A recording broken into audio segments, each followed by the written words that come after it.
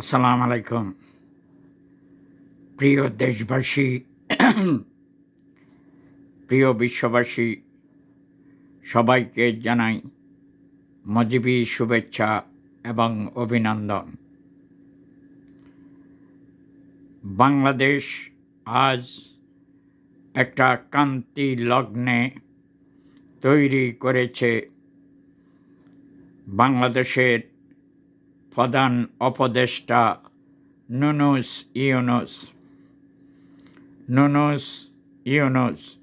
অবৈধ কিলার সুদখোর নুনুস। এই নুনুস বাংলাদেশকে একটা নরকে পরিণত করার জন্য উঠে পড়ে লেগেছে। এই নুনুস ইন্ডিয়ান হাই কমিশনে হামলা এবং রংপুরে এক হিন্দুকে গাছের সাথে ঝুলিয়ে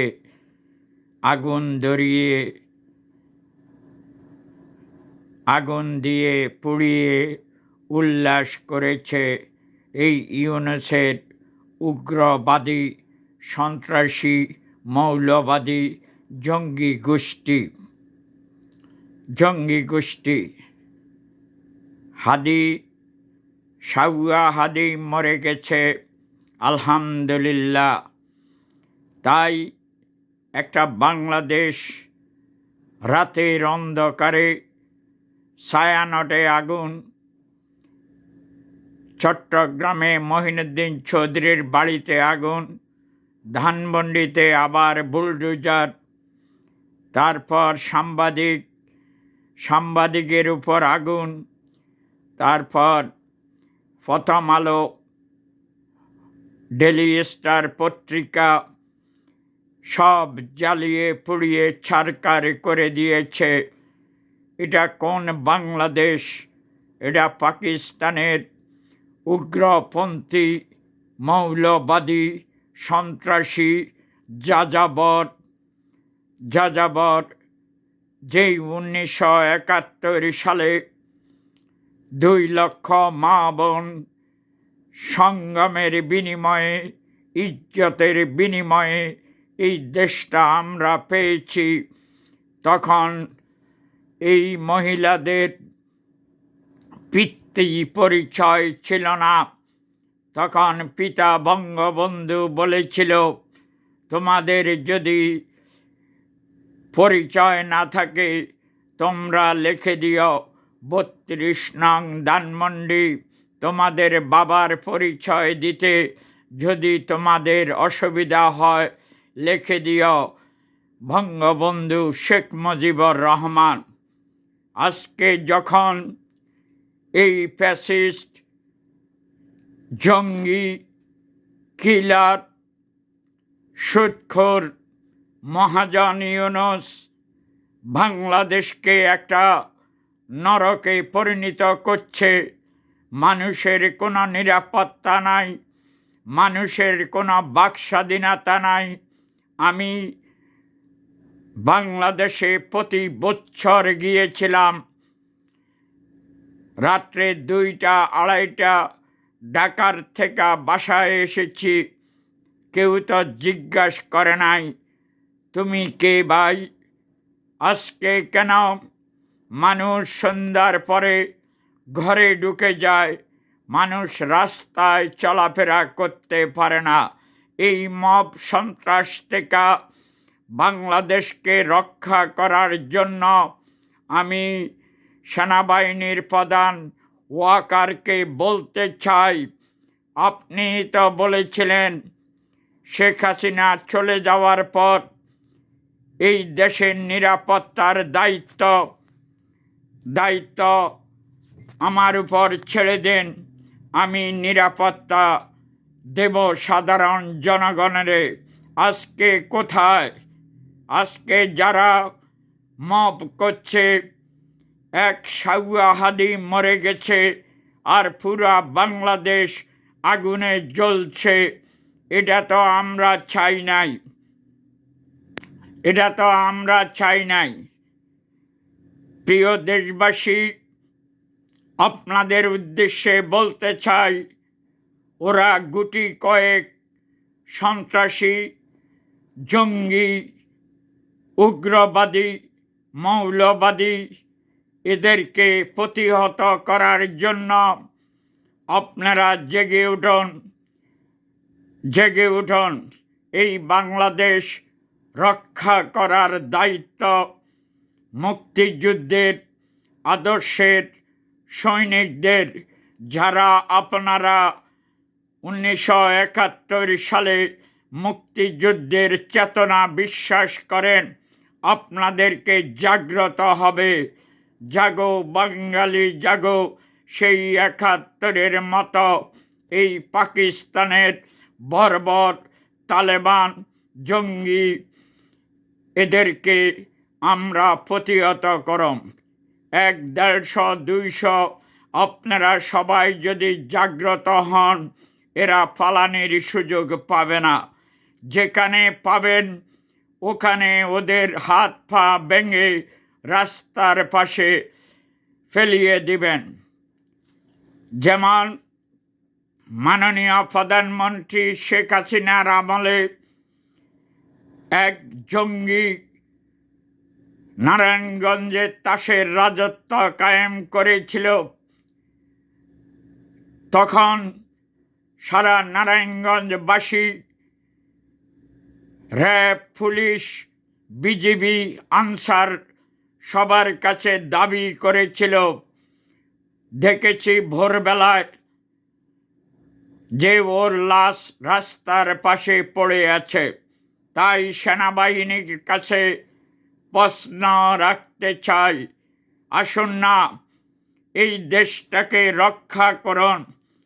এই দেশ আপনারা কোরআন শরীফ হাতে নিয়ে শপথ করেছিলেন, বহির্বিশ্বের হামলার থেকে এই দেশ রক্ষা করবেন।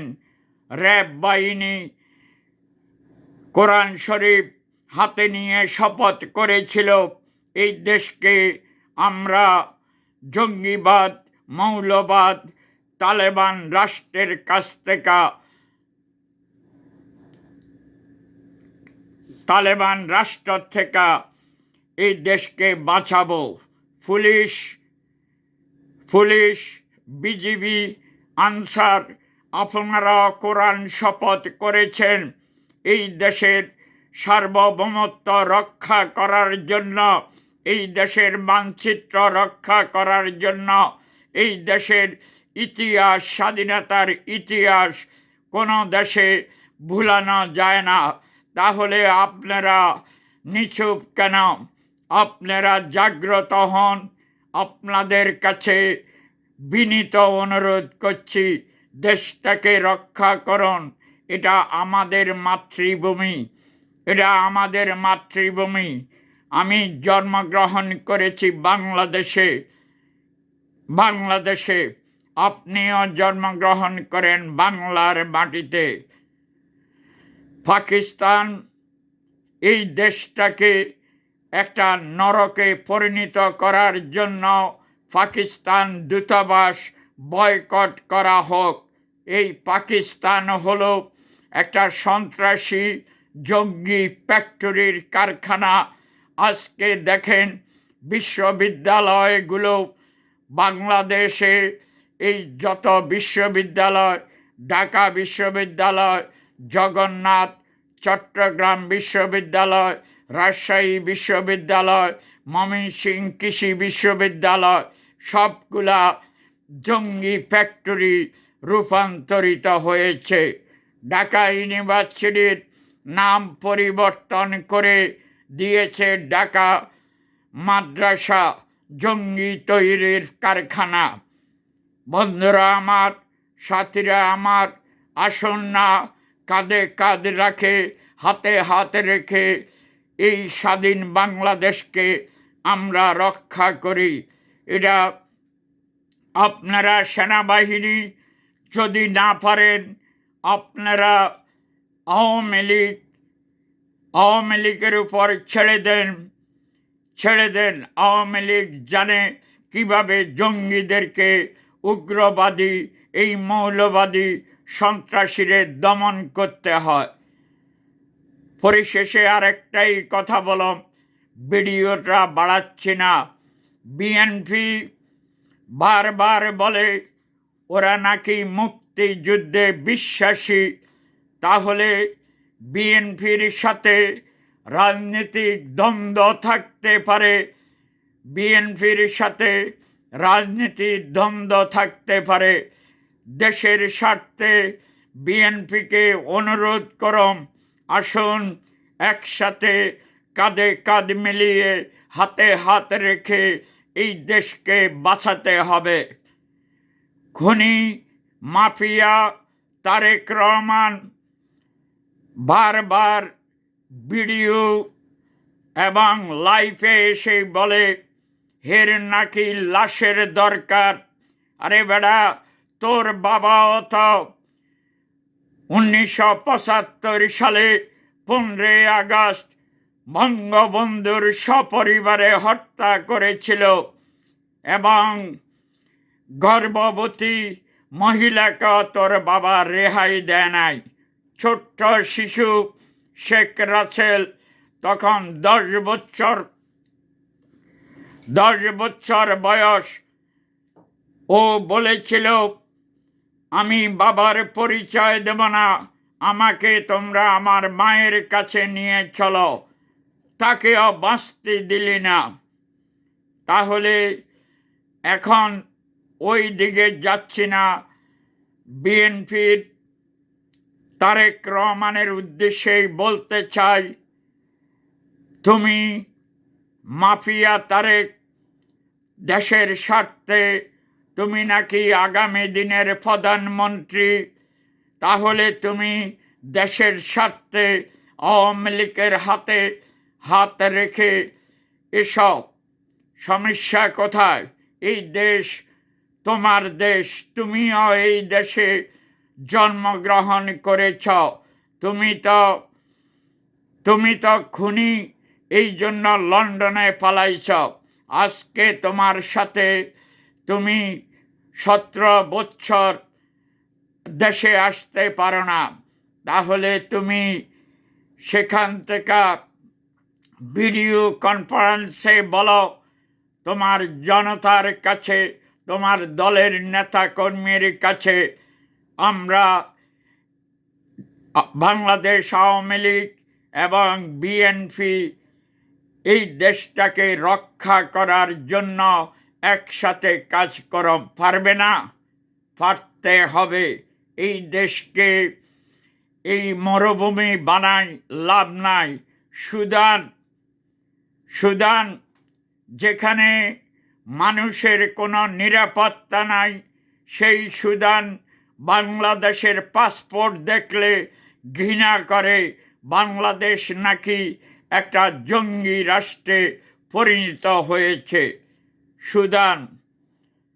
সুদানের কথা বললাম, অন্য দেশ বাদ। যেই দেশে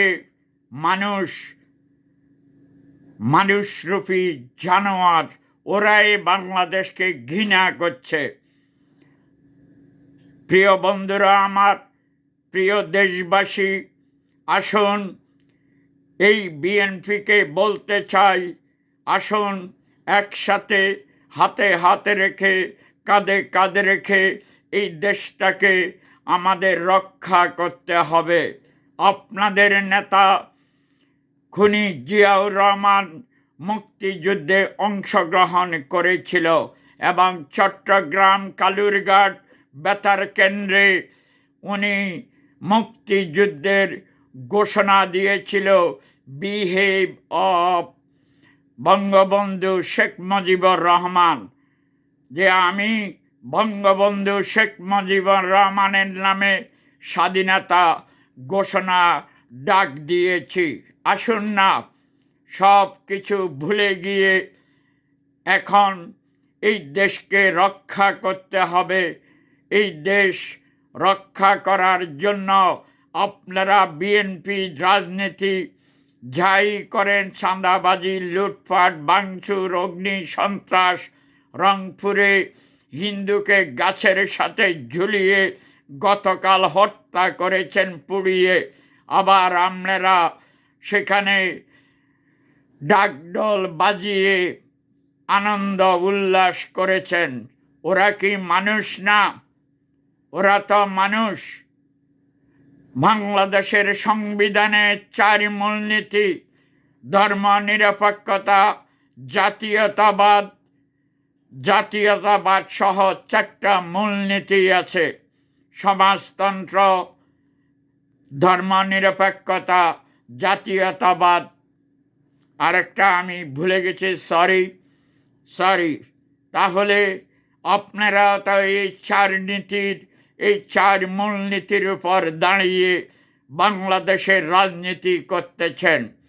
আসুন কাঁধে কাঁধ মিলিয়ে, হাতে হাত রেখে আমরা একসাথে এই জঙ্গিদেরকে প্রতিহত করি। এরা বাংলাদেশকে আর বাংলাদেশ রাখছে না। এক সাউয়া হাদি মরে গেছে, তার জন্য ছায়ানট চট্টগ্রামে মহিনুদ্দিন চৌধুরীর বাড়ি, ধানমন্ডিতে 32-এ আবার বুলডোজার, তারপর সাংবাদিকের উপর হামলা, প্রথম আলো, ডেইলি স্টার সব পত্রিকার সাংবাদিকদেরকে কিভাবে হত্যা করেছে, ডেইলি স্টারের সকল কম্পিউটার, ল্যাপটপ চুরি করে নিয়ে গেছে এই জঙ্গিরা। প্রথম আলোর এই দেখেছি ভিডিওতে, ওরা এই সাংবাদিকদের ল্যাপটপ, ক্যামেরা যা আছে সব চুরি করে নিয়ে গেছে। এক কুলাঙ্গার বলছে আরও আছে 3 তলা, 4 তলা, 5 তলায়। তাহলে এই কারওয়ান বাজারে সবজির দোকান লুটপাট, এই কারওয়ান বাজারে ইলেকট্রনিক দোকান লুটপাট। তাহলে বাংলাদেশ আজ মবের হাতে জিম্মি হতে পারে না। সেনাবাহিনীর প্রধান জঙ্গি ওয়াকারকে বলছি, এই দেশ আপনি শপথ নিয়েছেন রক্ষা করার, আপনি এখন ভক্ষক হয়ে গেছেন। সব শালারা বাটপার, সেনাবাহিনী ঠিকাদার। আপনারা ঠিকাদার মানে চকিদারের ভূমিকা আপনারা পালন করছেন। আসুন না এই দেশ রক্ষা করি, এই দেশটা রক্ষার আপনার আমার সবার। তাই বিদায় নিচ্ছি। জয় বাংলা, জয় বঙ্গবন্ধু। বাংলাদেশ চিরজীবী হোক, শেখ হাসিনা দীর্ঘজীবী হোক। এই বলেই আজকে বিদায় নিচ্ছি। বাংলার মানুষ আর ঘরে বসে থাকার সময় নেই। আসুন, এরা সংখ্যায় কত, 1,000 বা 2,000, বাংলার 17 কোটি 18 কোটি মানুষ একযোগে ডাকা ঘেরাও করে এদেরকে বাংলার মাটির থেকে বিদায় করতে হবে। জয় বাংলা, জয় বঙ্গবন্ধু। বাংলাদেশ চিরজীবী হোক, শেখ হাসিনা দীর্ঘজীবী হোক। আল্লাহ হাফেজ। আসসালামু আলাইকুম।